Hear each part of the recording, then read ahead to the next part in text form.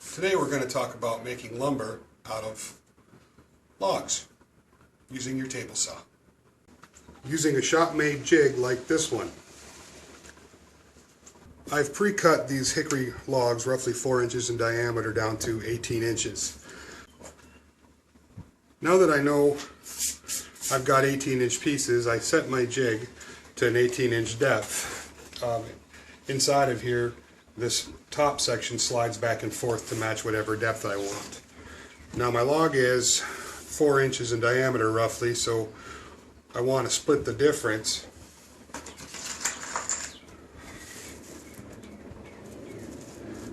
Using wood screws, I'm fastening it to my jig.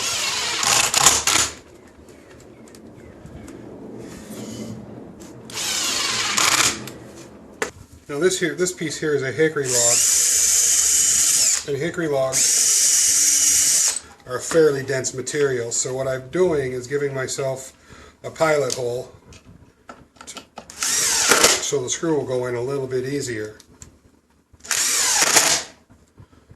Now that I have my log locked into the jig and everything screwed into place, let's head over to the table saw. First of all, let me apologize for the lighting over here by the table saw. I'll work on that for future videos. Now I've got my log installed in my jig, and I want to do is set the depth of the fence to 6 inches, which is how deep my jig goes. And I've installed a 40-tooth blade in here. It's a bit more aggressive.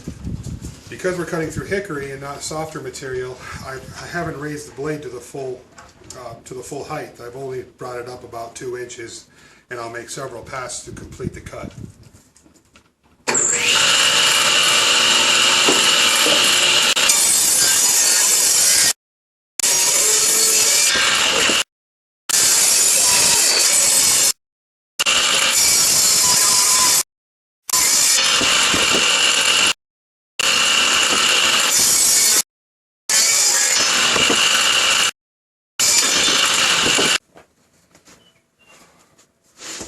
Okay, now that I have my 2 halves, I need to make one more straight cut on each piece before I can finish milling the lumber on the table saw. So what I'm going to do is turn the log on its side like this, maybe, and install it back in the jig. Because I have the sides cut away about 2 inches so to accommodate larger material, I want to make sure that this is installed square. So what I'll use is just a scrap piece of ply the same thickness as I have here. So what I've done is I just added this extra piece here to hold this thing level, which will give me a 90 degree cut. And again, I'm going to go ahead and pre-drill my holes. As you can tell, this jig's been used a bit and it's been chewed up, but we'll fix that next week when we build a new one and a bit fancier. Alright, now with our sharp blade installed in the table saw, we're going to go ahead and just cut this section off here, and that'll give us a 90 degree angle that we can use to rip the rest of it up against the fence.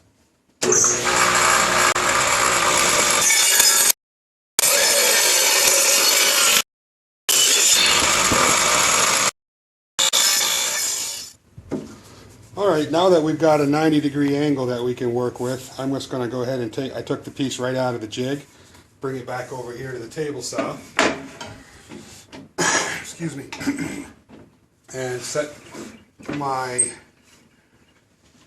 rip to 7/8, that way I've got a little material that I can go ahead and plane off when I get ready. Now, because we're dealing with hickory again, I'm going to make a couple passes to complete the cut. I'm not just going to try and hog through the whole thing.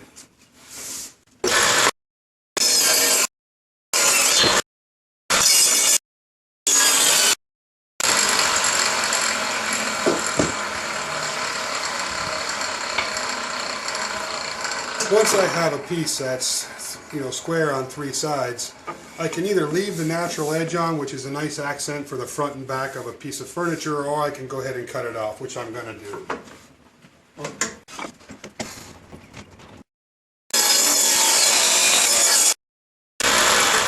So we went from a log to a half a log to a quarter of a log to this.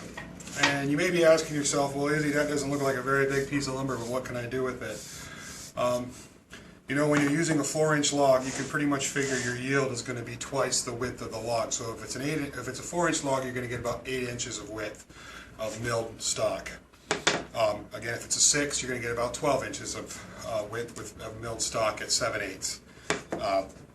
But you know, a little bit of work can pay off. This is a piece of walnut that I dug out of the neighbor's backyard that he was going to burn and milled down, and I just made it into a top.